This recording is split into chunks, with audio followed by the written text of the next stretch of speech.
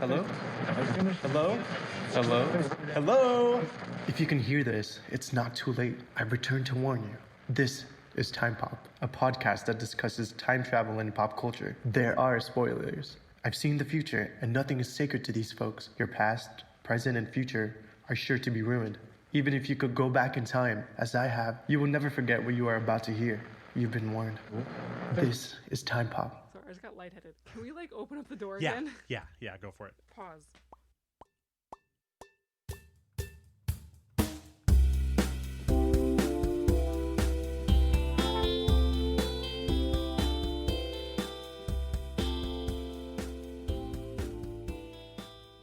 Welcome, Chrononauts, as we guide you through the experience of time travel using pop culture as our humongous Polaroid camera. I am Dez. And I'm Ari.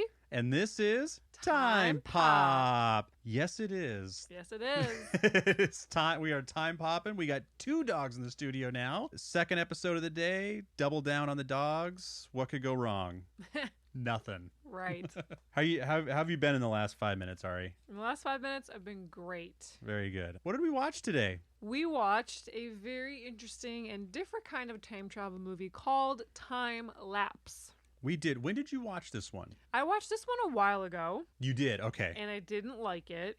Okay. And then I watched it again yesterday, and I did like it a little bit more. Huh. That's interesting. I certainly still like it, but having watched it twice in succession, it wasn't as interesting. I guess it was just watching these movies, I always think, well, if I watch it again, it'll be kind of fun to look for the little things and the little nuances. And it actually took me out of it and made me enjoy it a little bit less. You watched it back to back? No, I watched it a month ago, and then I watched it this morning. And I'd done some more research on it too, so I was really in tune to all the things that were going on. This movie was very hotly debated. Well, not debated, that's not the right word. I've never read so many reviews where the reviewer loved and hated it so much. Like, I read multiple reviews that were just like, this is the smartest and dumbest time travel movie I've ever seen. Interesting. Which was it really put me on high alert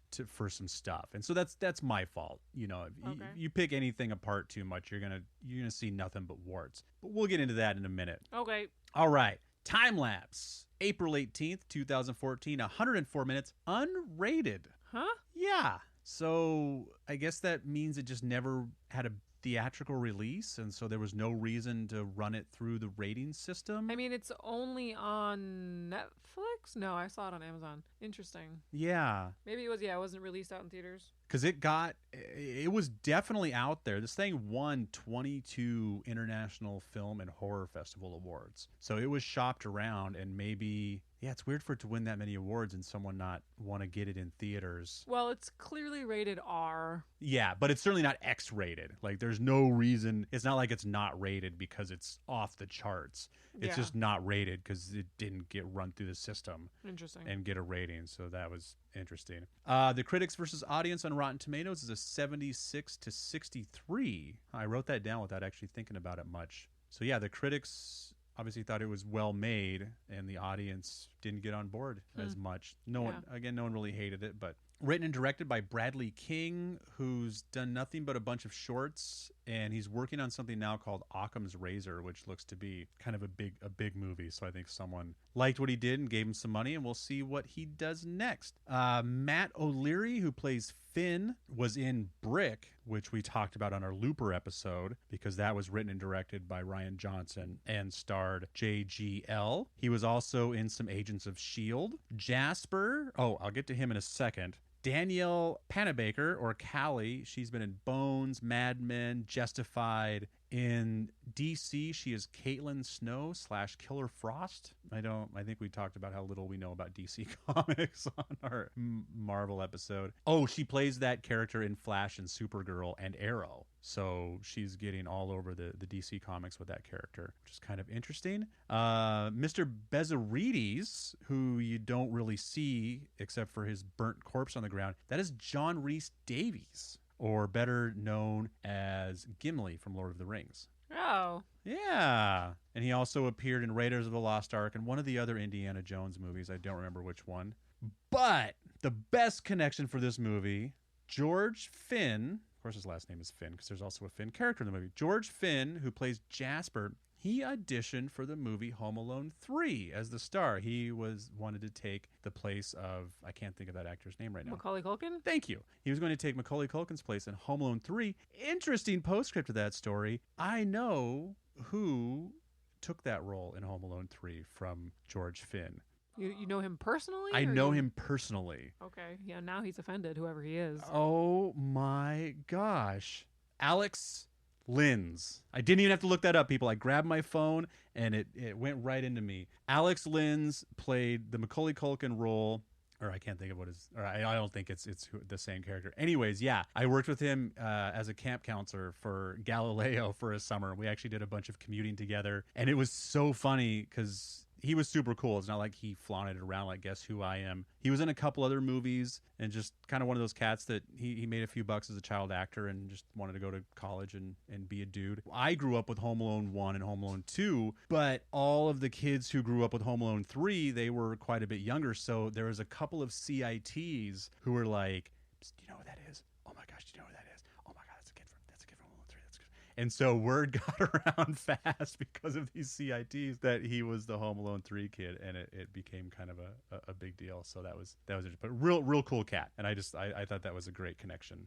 And that's not the guy in this movie. That is not the guy in this movie. Okay. No. He wanted that. He wished he could have been in Home Alone 3, but Alex got that part. Some other movies that were mentioned, that there's a lot more films that kind of use this 24-hour in the future thing that I knew. There's some TV shows, Who is Running, Early Edition, The Queer Story of Brownlow's Newspaper. That's an H.G. Wells story. That's interesting. And there's a Twilight Zone episode called A Most Unusual Camera, which could be an interesting thing to look into. So that's all the facts I got. Now it's time for Ari's overview of Time Lapse. Cool. Okay, so this movie is about three housemates. One girl named Callie, who is a writer. One guy named Finn, who is an artist, a painter, and he is also the building manager. And he and Callie are in a relationship together. And one guy named Jasper, who all we really know about him is he likes to gamble on dog races.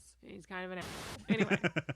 So these three people live together, and one day they realize that the neighbor across from their apartment, it's like a ground floor apartment, has not been seen from or heard from in a while. He's late on his rent. His car has tickets on it. He's not collecting his mail. So Callie goes over to see if he is okay, and she finds a wall full of Polaroid pictures of their living room and a giant camera set up facing their living room. So it's in his living room, the old man facing their living room, and the pictures are of them living in their house. And so all three kind of go over there and they're like, what is going on? And they soon discover that, like pretty soon into the movie, that this device, this giant camera, takes a picture of 24 hours into the future. So what do? So Jasper automatically decides, okay, we're going to use this to our advantage. We are going to post a picture of the races, the winnings to the dog races, so we can win money. And they do, and it works. And they start winning. And, at first, I can't remember when they find his body, but eventually they find the old man's body in his storage unit in the basement. I think they find him right away. Right away, okay. Yeah, I think before they even realize exactly how the camera functions. Yeah. So at first, Finn, the artist, is like, hey, we need to report we got a dead guy here. And Jasper is the one who's like, no, he's been dead for a week and nobody knows. He's down there in the cellar with the door closed. Nobody can smell it. We'll report it later. Let's just ride this out. We're in the picture tomorrow, so what could go wrong? Exactly. So they say we are in the picture with the winning dogs, so we have to do this. We have to do this. And at some point, they also find the old man's journal. And in the journal, it says something about time and causality. And in the journal, it talks about the old man saw his death correction? Just no clarification. Not really a clarification, but I happen to write that down. Yeah. The cardinal rule of time and causality is that one should not attempt to change the future, but under these circumstances, it seems to be a risk worth taking. Right. So the three of them take that as he took that risk, and then they found him dead in his storage unit. So they decide, we're in this picture for tomorrow, so we have to do this or else we might die. So these three think that if they don't do what is in the picture, they might die, which is pretty good motivation. Or just cease to exist. Yeah. Even a fate worse than death, never Right. being. They translate it as "don't fuck with time." That is the quote of this film. Yes. So they continue their lives. There's a picture of them having a party. And so they have the party. They go through the motions of everything. They do the results of the dog races and they're winning all this money. They keep having the choice to do something different, but they keep not doing something different because they're afraid that they might die. And things are just going well. Things are going well. They're winning money. Yeah. They're painting pictures. Yeah, that's They're- right. Finn is an artist who, before they found the very first picture, was having a mental block on what to paint. But the first picture that they find, they see his painting. It's, of course, perfectly angled towards the outside of the window, so the camera can capture exactly what his painting is going to be. So Finn is on board because each night, each 24 hours, he gets to see what he paints. And he's painting a new picture a day. Jasper is winning at the races. So they're like, let's keep going with this. We'll keep the man alive, quote unquote. So they're taking in his mail, they're moving his car, they're making it seem like he's still alive. Then all of a sudden, we find a picture of Callie and Jasper kissing.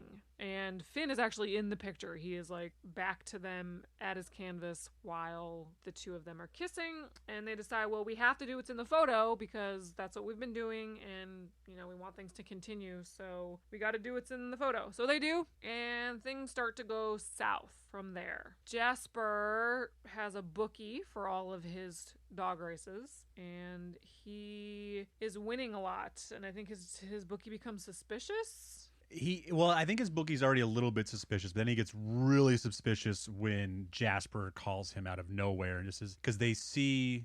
So Jasper's doing some sort of weird drug. It looks like some sort of upper. He's doing everything. He's Yeah. got an Oops All Crunch Berries tin full of pills Yeah. that he's partying with. So for some reason, Jasper calls the bookie not to place a bet, but just to say hi. Something's in the picture that makes him think Oh, that's something's right. because I don't think there's no. Okay, so then one night they get a picture and it's Jasper talking to his bookie and they're like, why is your bookie here? Is that usual? And Jasper's like, no, that's very unusual. I'm not sure. That's not good. This guy is not a good guy. So Jasper, like an idiot who's like hopped up on speed or something, calls just to be like, hey, how's it going? And the bookie's like, what are you placing a bet? He's like, no, I'm going to cool it tonight. I'm not going to place a bet. Okay, bye. Like an idiot. So then the bookie, of course, becomes suspicious and pays Jasper a visit. And just like the picture, shows up and starts talking to him and saying things like, what's worse than somebody who doesn't pay up is somebody who doesn't ever lose.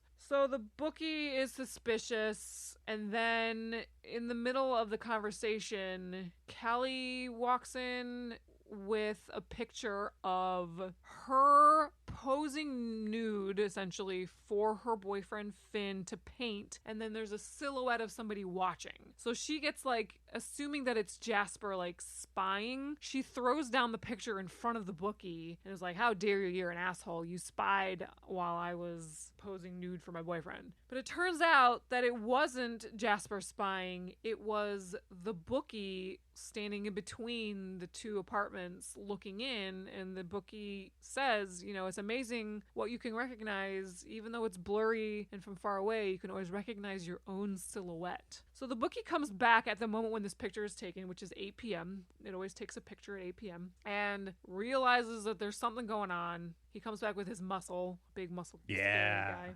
And basically, they have to tell the bookie what's going on. And they do. And the bookie says, great, now you're going to give me all the winning dogs, and you're going to get 5%.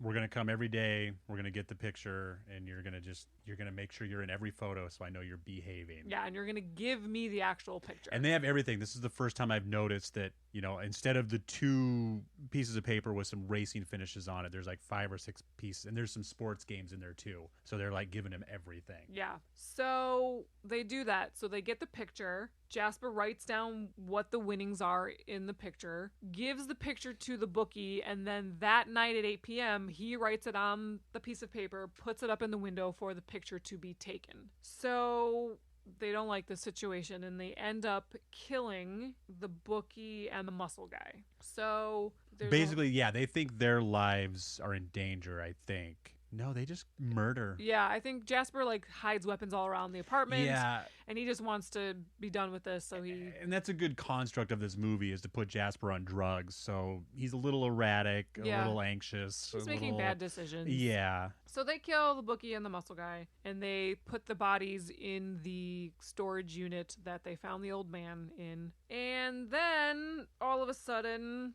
the colleague of the old man who lives across the way, who the camera belongs to, shows up and is this woman, and she says, "Hi, I'm Mr. Old Man's colleague. Have you seen from him? Heard of him?" And they say no, and then Jasper says, "Didn't you just say that he moved away?" Anyway, she all of a sudden turns a gun on them. She understands something's going on. She turns a gun on them, and they take her to his body. So what the lady said was that the old man sent her a letter a week ago. 2 weeks ago. 2 weeks ago. The old man sent a letter to her 2 weeks ago and included a picture saying that he thinks that this is going to be his death. So the colleague then tells, so they're all in on it, the colleague then tells them that the camera can take a picture further than 24 hours because this picture was taken 2 weeks ago. This picture was taken, or will have been taken, tomorrow night. Well, the picture was taken 2 weeks ago of tomorrow night. Of tomorrow night, thank you. Yes, so this picture that she has in her purse is a picture of blood on the window. There's nobody in the room, blood on the window, and the painting that Finn did was this canister with a green coil in it. So Jasper says, "Great, do you know how to work the camera? Do you know how to get it to take a picture of whenever?" And she says, "No," and he says, "Oh, okay," and he shoots her. So then we see a picture of Callie and Jasper having sex. And Finn is asleep on the couch in the background. And so then Jasper starts to lose it and knocks out Finn and locks him in the storage unit. And basically says, this all has to keep happening. You're in the picture tomorrow night. Yeah. So I'm going to drag you there. This all has to keep happening. I think at this point Finn wanted to destroy the camera, and he was like, "Nope, this all needs to keep happening. We need to At least I think at that point he's just trying to leave. I think he's just got a bag and he's just Finn I'm out. Yeah. But yeah, Jasper's already seen tomorrow's photo, and so or tonight's photo. So while Finn is locked up in the storage unit, he finds a lighter, gets free from the ropes, and he thinks, okay, I painted this painting today to be taken a picture of at 8 p.m. tonight, and it sent the old man 2 weeks ago, it sent him down here into the storage unit to find this cylinder. It's a real thing. The cylinder with the green coil in it is a real thing, and they mentioned it, the colleague lady mentioned it, because the body of the old man that they found looked like it was burnt, but his clothes weren't burnt. Yeah. And then she explained, it's this, that, and the other. Thydium gas. Yeah, it's a chemical like or a gas that burnt your skin. So there was a cylinder of that gas in this storage unit, and so I guess when the old man saw this picture, he had this picture, he sent it to the colleague, and then he went down into his storage unit to find the cylinder. The cylinder broke, and then it killed him. So Finn is there with the body of this old man, and he's like, I painted this picture today to be taken a photo of. Did I send you down here? And he rummages through the old man's coat and finds the keys to get out. So that was significant. I think they thought they were very clever with that. So he gets out, he gets a bucket of water, and he essentially calls Jasper from across the way saying, I'm going to dump a big bucket of water onto this camera. If you don't go get Callie, put her on the phone, we're going to leave. We're just going to walk away and leave. And then in my notes I wrote, So Jasper has a gun also at this point. Yes. So He has her gun. He has Joyce's gun. yeah, the colleague. Yes. So Jasper's like, fine. He's basically gonna say, I'll let you go. Picture change. Oh yeah. So Callie, Jasper, and Finn end up having a struggle. Yeah, so he goes back across the way. Yeah. Jasper had taken a ring from Finn that Finn was going to use to propose to Callie. And so during their conversation on the phone, he tells Callie to get the ring back from Jasper. And right. then And he says, I was meaning to propose to you. And through this whole movie, she's obviously frustrated with him being more into his art than her, or just distracted. She loves him. He's aloof. And so now with this ring... Callie sees the ring and she's very happy. Yeah. And so they decide they're going to run. They're just going to leave. They're going to run away. And as she's packing a bag, Jasper and Finn start to struggle and have a bit of a fight. Callie comes out of nowhere and cracks him on the head with his crystal ball from earlier and kills him. So Callie kills Jasper. And then all of a sudden, the photo that the old man had changed. It changed from just the picture of the green coil and the blood to that, but with police tape, yellow police tape over it. So the picture changed. And so they're like, okay, great. We did something right. We changed it. Let's just get out of here. But Callie starts acting weird. She's like, let me get you some ice. And all of a sudden we see Finn walk back into the living room and Callie is in the window and a picture is taken and it is 8 a.m. Dun, dun, dun. Everything changes and he's like, what is going on? And we find out that the pictures... That very first day when Callie went over there to check on the old man, the camera takes a picture at 8 a.m. and 8 p.m. And she has been every day. And she has been hiding the 8 a.m. pictures for herself and not telling the guys because she's been sending herself messages on how to get her boyfriend to notice her more. This beautiful woman. Yeah. So the motivation behind her continuing to do all this and not tell them is because, you know, at one point when they have to kiss because of the photo, Finn gets jealous and she's like, yay, he's jealous finally. I've been wanting him to notice me and get jealous. And so she keeps doing all these things all to get her boyfriend to notice her and to rekindle the relationship and get back to what they used to have because the spark has been lost. Make him realize what's right there in front of him. Because, yeah, the whole time he's basically in love with his art. And not her. Yes. So then it is also revealed that she's been hiding all these other pictures, and it's revealed that Jasper and Callie have been sleeping together for a while now, before they even discovered the camera. And that first day when Callie went over there, she took off all those pictures from the wall that showed that. Again, something that stood out way more for this watch than any other watches because I've seen it back to back. Everybody said, where are the missing photos? Yeah. Everybody who walks in that room says, what's the deal with the missing photos? Yeah. And the whole time you're like, I mean, there's hundreds of photos on the wall. Yeah. So if a couple of them fell off or got lost, it wouldn't be a big deal. So in your first watch, it's like, no big deal. Yeah. But yeah, this time everyone's like, where are they? They're in Callie's hidden drawer.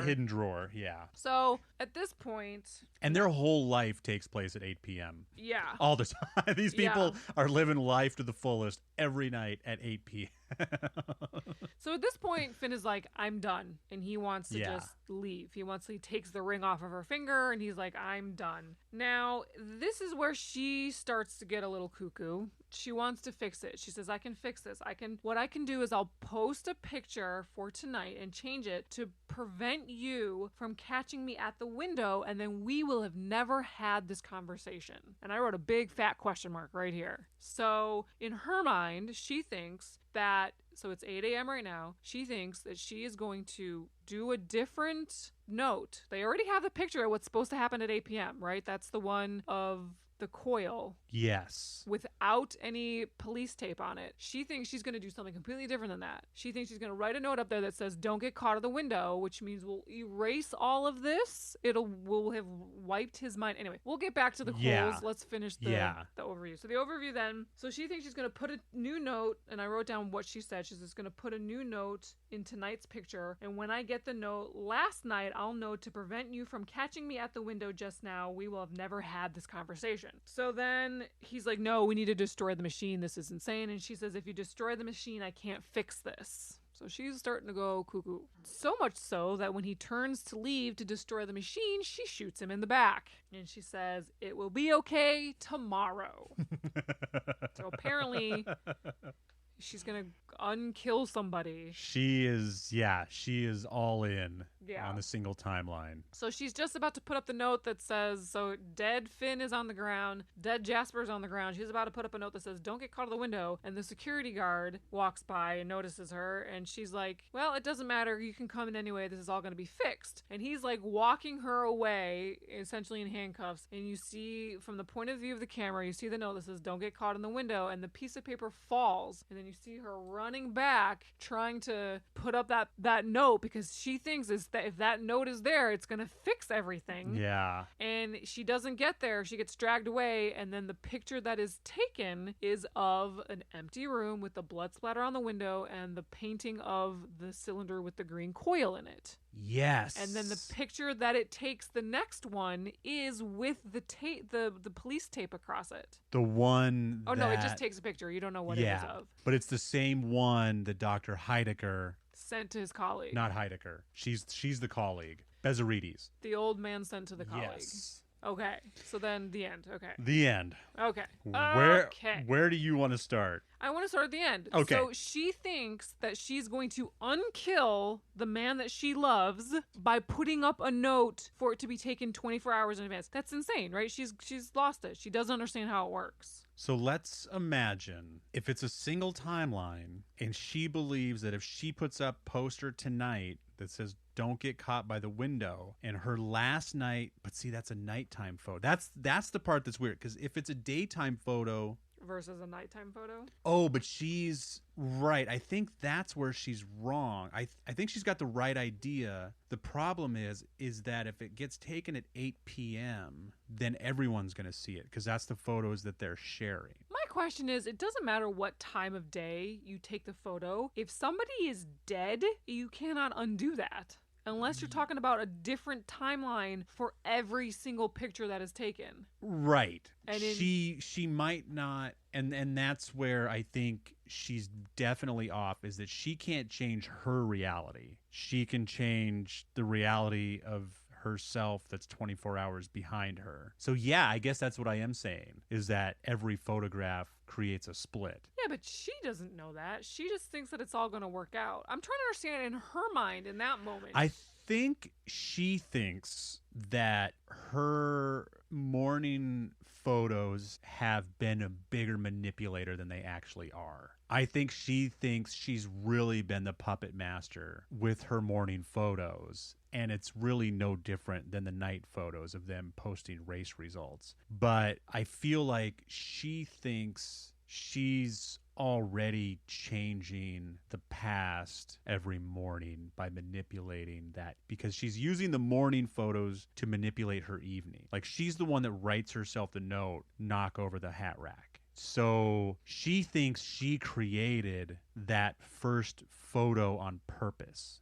Which first? What's the first photo? The hat rack. The first one that they're involved in is the hat rack being tipped over. And so because she sends herself the note, "Don't forget to knock over the hat rack," I think she would have knocked over the hat rack anyway. Yeah. But because she sent herself that note. Let's look at something bigger. So she wrote a note in the morning to tell herself to kiss Jasper longer than she should to make him jealous. So she's like, okay. And then that night she kisses him longer and he gets jealous. Her boyfriend gets jealous. So she's like, okay, it works. So if I do what the morning says, it'll benefit me. But how would, if you're her and you're starting to go a little cuckoo, how would a picture taken at 8 a.m. that says "Don't get caught at the window" help you 12 hours later? Because if it is one timeline, if she thinks it's one timeline, that will retroactively. So the picture that she has to create. Okay, my brain is starting to melt here. You get the picture, you see the picture, and you're like, okay, this is a picture of me writing a note to myself that says, "Kiss him too long. Yes. Okay, so you get that and you're like, okay, I'm going to do this. I'm going to kiss him for too long, and it works. And then in order for this to continue, then that next 8 a.m., you have to go and write kiss him for too long, even though you already did it.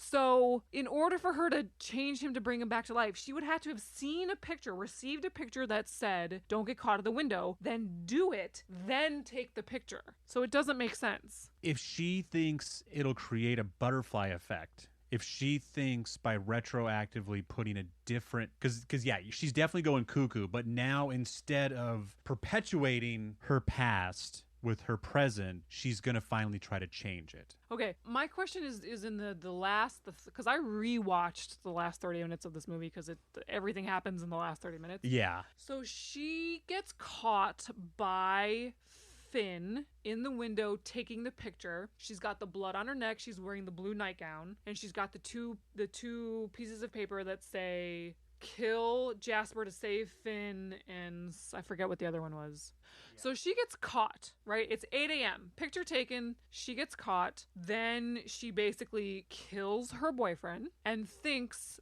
so the 8 a.m. picture is done. So now all she can do is the 8 p.m. picture. So she thinks at 8 p.m., she's going to write in the window, don't get caught at the window. But then so she's changing, they already have the 8 p.m. picture. The 8 p.m. picture is of the empty room with the blood on the window with the cylinder with the green coil. They already have the 8 p.m. picture. So she's going to change the 8 p.m. picture. She thinks she's going to write, don't get caught at the window. And that is going to change everything. That's what she thinks. Hole. Well, and her biggest, honestly, I think the biggest hole, I don't think it's a hole. Well, it's a hole either way. I don't think it's as big of a hole if she figures out a way to do that for the next 8 a.m. picture. I think the hole really comes in when she tries to change the 8 p.m. picture, because all three of them are going to see that. If not Ivan. Ivan?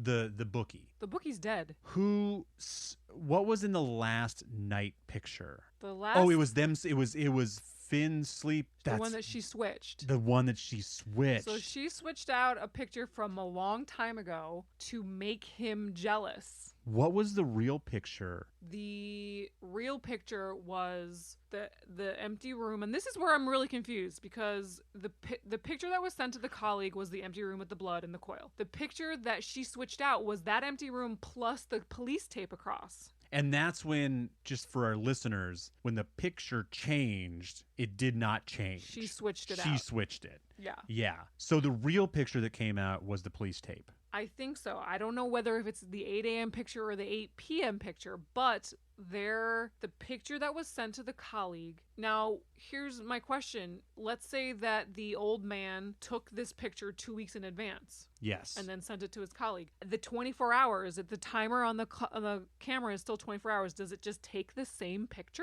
Unless something changes, does it just take the same picture, right? It's going off every 8 hours, or as they thought, every 24 hours. So if the camera took a picture 2 weeks in advance, but then it does every 24 8 hours or whatever it is, does it just take the same picture if nothing changed? What same picture? So I'm trying to figure out how I can explain this. Like, does it reset to the 24-hour? So I'm taking a picture every 24 hours. Boom, boom, boom, boom, boom. Okay. Yes. Now, 2 weeks ago, I took a picture of one of those 24 hours. Yes. Okay. So does it just print the same picture? Because one of those 24 hours, boom, boom, boom, was the picture that I got 2 weeks ago. So it essentially is going to print the same picture. So you should essentially have two of the same pictures unless something has changed in the timeline. Okay. It doesn't print the same picture. It takes the same picture because nothing's changed. That's what I mean. If nothing has changed, Yes. It will take the same picture. So my confusion with this is...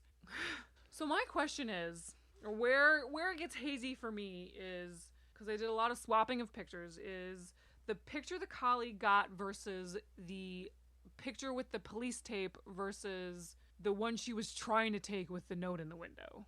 Okay.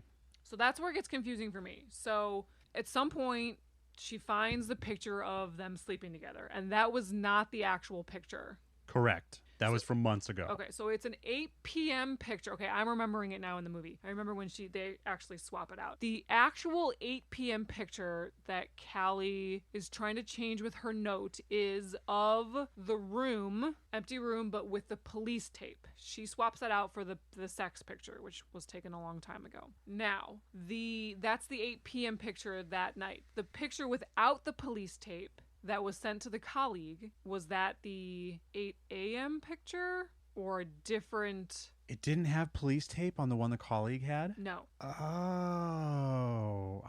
But we don't know if the one that she sent was an 8 a.m. or an 8 p.m. and we don't know the picture. They did show the picture of Callie with the blood in the nightgown with the 2 notes. It did show that picture. So she had to recreate that picture. So she knew that she had to kill Finn to save him, or kill Jasper to save Finn. So yeah, this gets very confusing for me. The last 30 minutes, I would almost have to like watch it again now to totally understand. Basically, for this whole, she's gone crazy. She thinks that she can bring somebody back from the dead just by taking another 24-hour or 12-hour photo. She's gone cuckoo. Because in her mind, she doesn't know that there's an alternate timeline for every picture, and in that timeline, we'll be together and we'll be happy. Well, now I agree with you, she can't change her reality. But let's say they put up a different note. They get the picture, it says do A. The next, I'm trying to think, because yeah, that's where the boys keep it simple. So let's stick with Callie, because she's actually telling herself to do things. So let's say she kisses Jasper for too long, and then the next morning she puts a note in the window that says don't kiss Jasper. What happens? You meaning she changed what was in the picture? Yes. So you receive a picture, and then you do what is in the picture, and then you take the picture. So instead of doing and taking what is in the picture, she's going to change things. Yes. What happened? So let's say she kisses Jasper too long. Then the next morning she puts a note in the window that says "Don't kiss Jasper." What happens? We don't know. We don't know what happens if you do what's in the picture, but then change the picture. They never did that, so we don't know. So that's where she has every right to think she still might be able to fix it. Yeah, but she's also gone a little crazy. She has, but let's say her plan goes off without a hitch. Let's say the picture is taken that night that says don't get caught at the window. What happens? So let's say the cop never showed up. Let's say the cop does show up, but he doesn't, because he doesn't take the piece of paper down. So you're saying if the piece of paper didn't fall down, what happens? Yeah. Okay. The piece of paper didn't fall down. 8 p.m. Yeah, 8 p.m. goes off. It's a picture of tomorrow's 8 p.m., but Callie is in prison right now, or jail. But that picture is now sent to yesterday's Callie. No. Yeah. So you think it's a different timeline? I don't know. I mean, by what you just said, it has to be. If I'm just trying to figure out because what you just said is, I think she has a reason to believe that she can fix it. She thinks she can, but she's gone cuckoo, and but why couldn't she? Okay, so now I realize that she can't. So I guess yes, I'm probably proposing a multiple timeline situation. What you're saying is a different timeline. So do you think every time a photograph is taken, the timeline splits? No. No. No. Okay. Do you? I think so. That means... Just because I think that she can change her past. I don't think she can change her present. I think she still goes to jail. And, well, again, the problem with her plan is she's doing it at 8 p.m., which means last night, all 3 of them see it. And what are the boys going to do when they see a picture of Callie in the window saying, don't get caught at the window? That's the real hole in her plan. Yeah. She might still fix things or change things, but things are going to get really ugly. But let's say she's preparing for actually, you know what? What, Desmond? It might be the next morning. We actually don't know. It might be 7 a.m. the next morning when she gets caught. So that means that they've been lying on the ground dead for 24 hours. Yep. And that the 8 p.m. picture is the empty room with the blood on the window with the green coil. Yes. And and everyone's still dead, and she thinks that she's gonna fix it all by doing another 8 a.m. picture saying don't get caught in the window by somebody who's already dead on the floor. It doesn't make sense. So she's gone cuckoo. I think this is a bit of a hole in this story. It makes for an interesting twist at the end, unhappy ending. Those are always rare and fun. Well, and it's the whole, you can't change what's going to happen, and that's what a lot of time travel movies are trying to pound into you. So this movie, I believe one of the laws is you cannot change what is in the picture, what's going to happen, because they never change what's in the picture. They always take what is in the picture. Yeah, and early on they're just playing along because why not, and then later on they get stuck in the gears because of Ivan for the most part. And then when things go really haywire and she realizes she's going to try to step out of this timeline and try to fix it, what happens has happened, will always happen, and happen, and you can't change fate. I think she can change another timeline. So you think that this story is every single time a picture is taken, so every 12 hours a new timeline exists. I mean, it could possibly. I think be it that. definitely splits. If it doesn't, if a new timeline isn't split every time the photo is taken, a new timeline would split off if you put a different note in the window than that which you have a picture of. So you think if you change the picture, then it creates a new timeline? Definitely. So do you think Callie in her mind was thinking this? They're like, okay, the minute I change this picture, don't get caught, she's going to magically be transported to another timeline. Well, she thinks it's going to create a butterfly effect and she'll just be magically transported to a better future. I don't think that's true, but I think she thinks that. I think she thinks that she's going to change her current timeline, which I don't believe, but I do believe she's going to change another version of a different timeline. But she doesn't know that. She doesn't. The character does not think that way. But she's right in the fact that she's going to change something. She's just not changing her reality. She's changing what will now become her alternate timeline. Yeah, but she thinks that she's going to take a new picture and she's going to magically bring her boyfriend back to life. She's going crazy. She's going crazy. If you look at this in the sense of every decision that you makes an alternate universe, so multiverse, every possible decision in your life, there is another entire universe where you did that. So you're thinking that this is the multiverse theory where every major decision or change creates a whole new universe. And in a sense, you are correct, because that is a theory that... Yeah, I guess I have to go all the way there. I want to say that you're only breaking a timeline when you create a different photo, because then you're changing the future or the past or because if you're getting a picture of tomorrow and you decide to do something different, that would definitely break time. And they never did that. We never saw what happened if they did that in this movie. So to me, that says that they are in one timeline and they are going for it's inevitable, whatever is supposed to happen will happen no matter, even if you try to change it, the note will fall type of thing. It will always be what is in the picture, in my opinion. No, yeah. And that's definitely the way the movie ends, is that one way or the other, what's been predicted will happen. Yeah, because Callie thought that she was manipulating all the things with her pictures, when in reality she was just going along with what was supposed to happen. So yeah, this is one of the things I wrote down the first time I watched, just not even picking up on a lot of the nuances. I was just like, wow, Callie starts plotting immediately.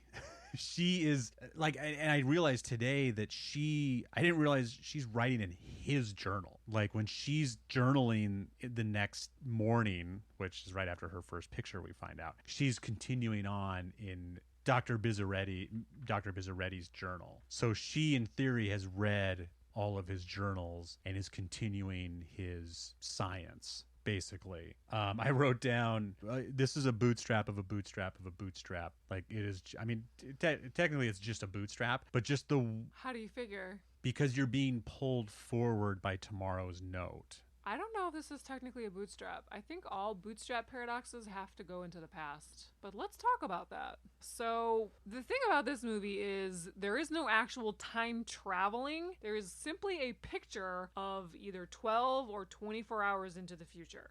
Well, they're always 24 hours. 8 a.m. or 8 p.m. Yeah, but it's of the following. Right. Well, Yeah. we start out the movie thinking that it's 24, but in reality, it's 12. Right. Well, it takes one every 12 hours of 24 hours in the future. Correct. What did I say? I thought you were just every 12 hours of 12 hours in the future. Yeah, it's taking a picture of 24 hours into the future. Yes. Every 12 hours. Thank you. That's confusing. So now, I thought it was convenient. But do you see how this is not a bootstrap paradox? I don't, because I think part of the definition of a bootstrap is you're being pulled forward by your inevitable future. Bootstrap paradox is you learn about time travel from a book. You use what you learned to travel back in time to... Oh, I should know this. We are time travel specialists. You learn about tomorrow from a photograph. It's a loop. It has to be a loop. The bootstrap paradox has to be a loop. So why is this not a loop? So Einstein discovers time travel from a book, goes back in time and writes a book about time travel, leaves it there to eventually be discovered by Einstein, who, I'm not explaining this right, but I'm sure we could pull up the definition of a bootstrap paradox, and I guarantee you this is not a bootstrap paradox. Then we're looking at, because I think it is, because it's not a paradox. But that's why I wrote a bootstrap and a bootstrap and a bootstrap, because most bootstraps, are like 40 years, and you go back 40 years and you teach yourself something that you won't know for 40 years and blah, blah, blah. But this is just a 24-hour. You're telling yourself something that you won't know for 24 hours.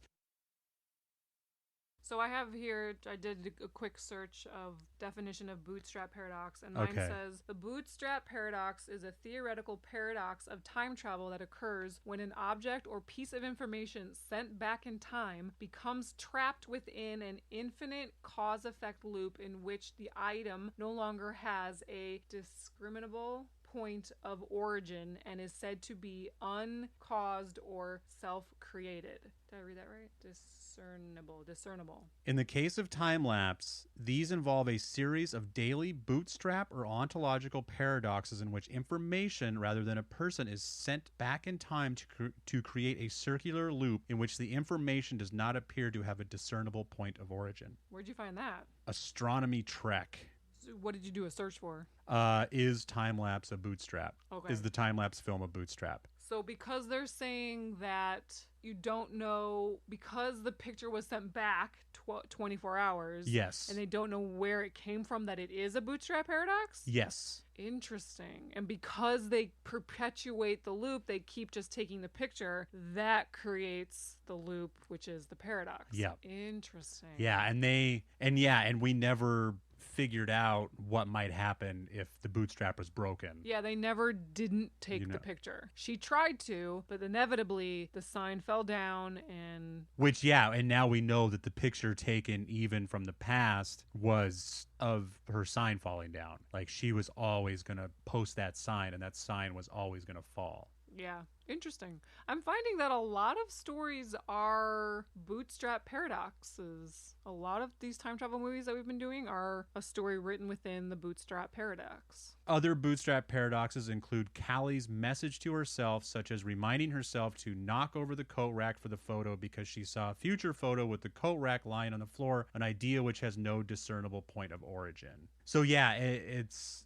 a little bit different because I think it's easier to understand a bootstrap when a person goes back with major scientific altering information. Yeah, and goes back years and years and years, not just 24 hours. And the people don't travel, just a picture does, which is really... Because those are harder to imagine breaking, like to imagine just all of a sudden we don't know what the theory of relativity is. Like, that shatters everything. But God forbid Jasper loses at the track tomorrow, BFD. Thank you for listening to Time Pop. I have been listening to Time Pop. I wasn't able to do our contact info live because we had a little bit of technical difficulty, which hopefully isn't too noticeable to the listener. But yeah, this was a heck of an episode. I like time travel movies that travel in short distances because they're kind of easy to travel, and you wind up, talking more about it, when people travel far, far into the future or far, far into the past. It's just like, well, that's crazy, and it doesn't leave as much to debate. But when we're talking about such a short period of time, you kind of really want to grab a hold of it with your brain. And Ari and I tried as hard as we could, and I think we managed to just confuse ourselves more in a fun way. Please feel free to help us clear anything up. Hopefully you've made it this far because you've enjoyed the program. Please like and subscribe to Time Pop and tell a neighbor or friend about it so you can enjoy a discussion of your own on the topic of time travel. If you would like to add to the conversation, please email us at timepop9216, that's timepop9216 @gmail.com, and tell us your thoughts about this particular depiction of time travel and how you might use it. And definitely let us know about a time travel movie, book, game, etc. that we might discuss on a future episode. And if you would like to start your own discussion on the topic, please head over to Face, Insta, Twitter book. We are at tpop9216, and please check out soundsawesome9216.com to hear what else sounds awesome. And now back to the big finish.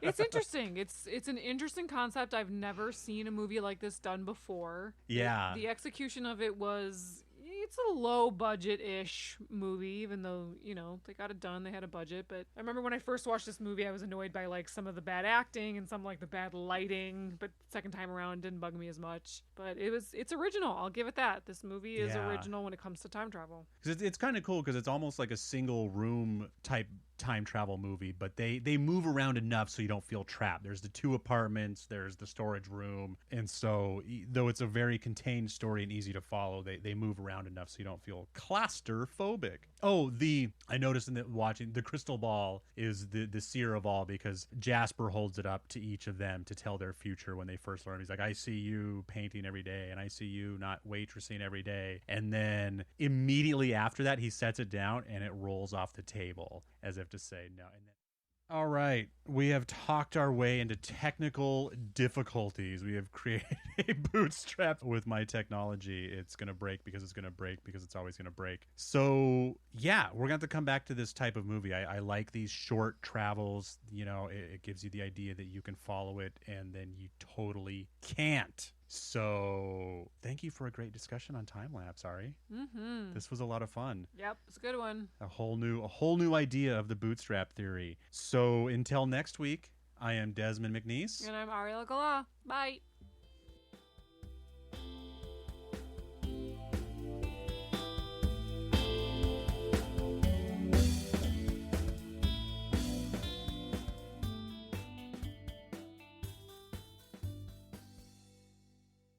Don't get caught at the window.